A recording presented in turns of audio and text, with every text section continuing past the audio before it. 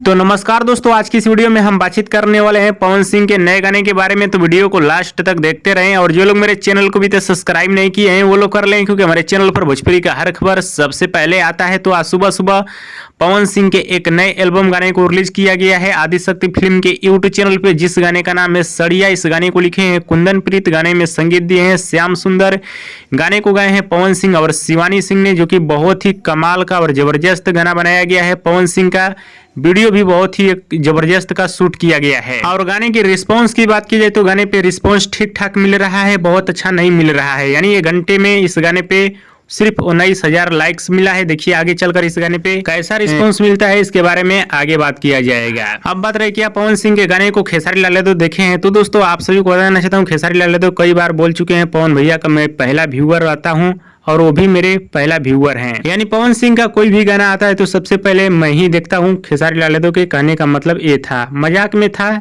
या सच में था ये मुझे पता नहीं। और सब लोग एक दूसरे का गाना सुनता है ऐसा बात नहीं है, और फ्रेंड्स लोग भी सुनते हैं एक दूसरे का गाना। हाँ तो दोस्तों, ये रहा पवन खेसारी का अपडेट। आप सभी को कैसा लगा नीचे कमेंट बॉक्स में जरूर बताइएगा। वीडियो पसंद है तो ज्यादा लाइक करें, कमेंट करें, शेयर करें, सब्सक्राइब करें। धन्यवाद दोस्तों।